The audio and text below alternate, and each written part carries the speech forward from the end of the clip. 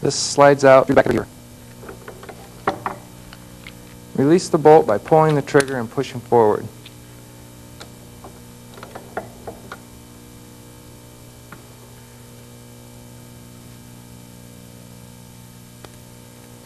You may then remove the linkage arm and the front bolt.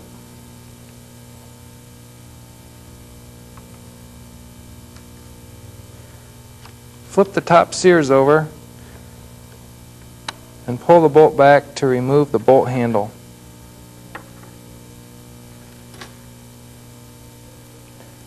And push the rear bolt out through the back of the receiver. To remove the lower receiver from the upper, use the 1/8 inch Allen wrench supplied with the gun and remove the 4 grip connecting screws from the lower receiver.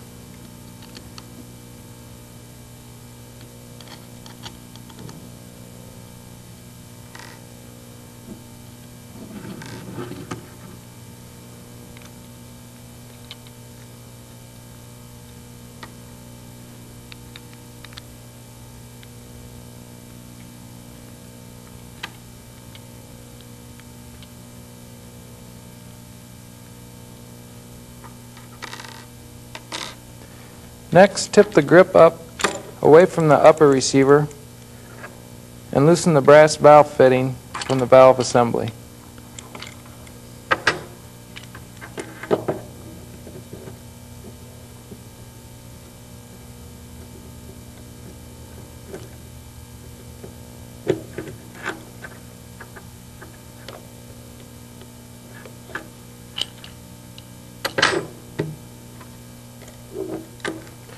Remove the 1032 threaded sleeves from the receiver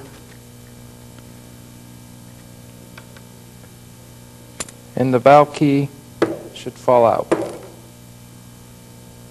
To remove the valve from the gun, use a 7/16 socket and unscrew the brass fitting from the valve body.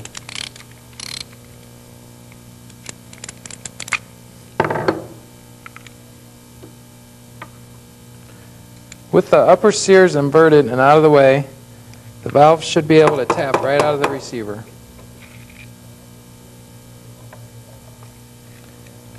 Next, remove the velocity adjusting screw with the Allen wrench provided, and in the same manner, tap the power tube out of the receiver.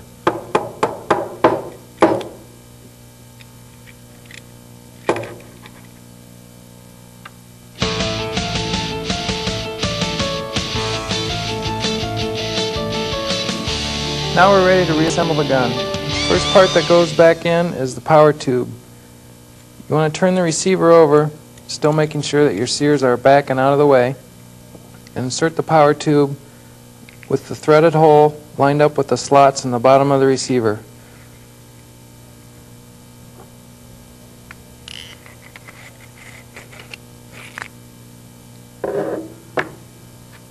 Next, take the velocity adjuster screw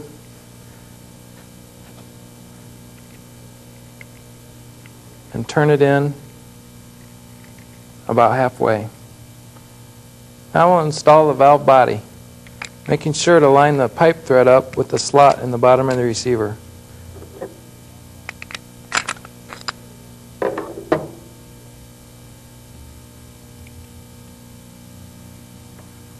Now, to install the brass fitting into the valve, you'll need some red Loctite.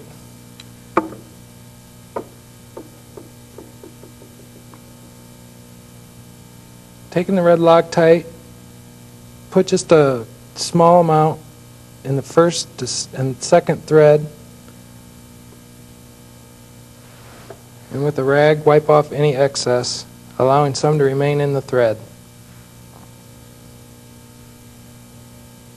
Now take the brass fitting with Loctite on it and then screw it into the valve body.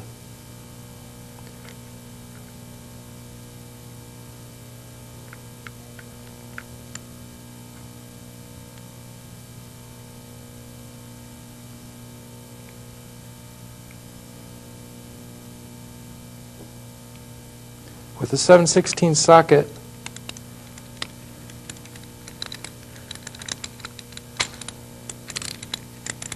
Tighten that down, being careful not to over tighten it and causing the fitting to rub on the internal parts of the valve. Check this by seeing if the back plunger of the valve is free. Now, still keeping the sears out of the way, you're ready to reinstall the rear bolt. Slide that in until the bolt handle hole lines up with the hole in the receiver. Install the bolt handle into the hole in the receiver and through the bolt itself.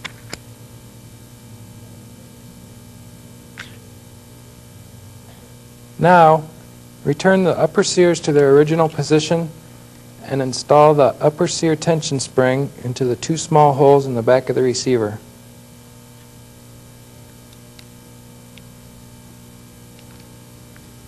To install the rear bolt drive spring, you'll need to turn the bolt handle into the hole, and the bolt handle lines up with the hole through the bolt. Use the end cap to push the spring forward and screw the end cap into the back of the receiver.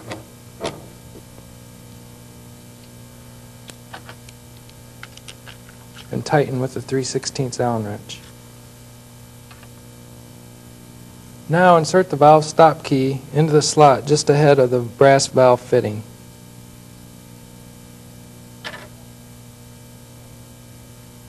Now install the two 1032 sleeves into the holes provided in the bottom of the receiver.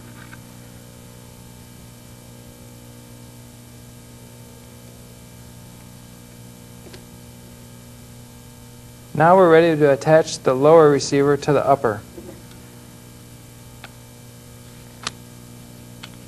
First, attach the brass fitting to the valve fitting and tighten with a 1/2-inch wrench.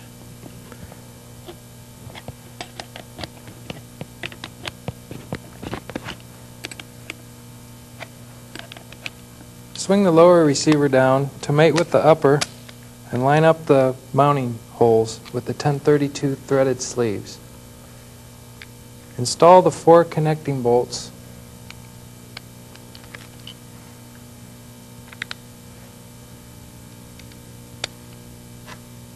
and tighten with the 1/8-inch Allen wrench. To install the front bolt, line the hole for the linkage arm up with the linkage arm slot in the top of the receiver, and while pressing down on the ball latch, slide the front bolt back over the power tube.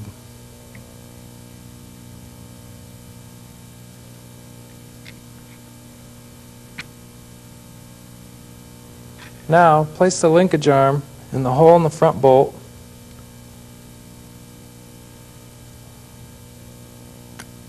and in the slot on the rear bolt. Now, slide the shock housing back and insert the pushers into the shock housing. And line up the mounting screw holes with those threaded holes in the receiver.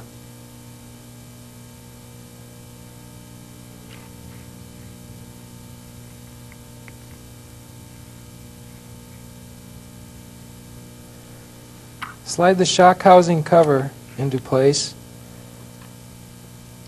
and install the locking set screws.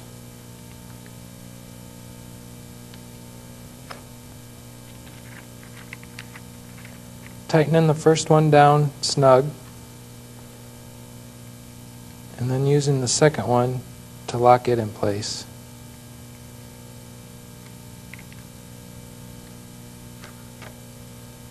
Now place the grip on the front of the receiver and thread the barrel into place.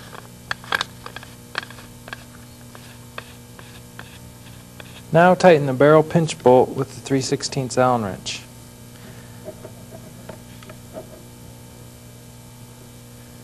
Make sure that the barrel is locked in place. Lastly, we'll install the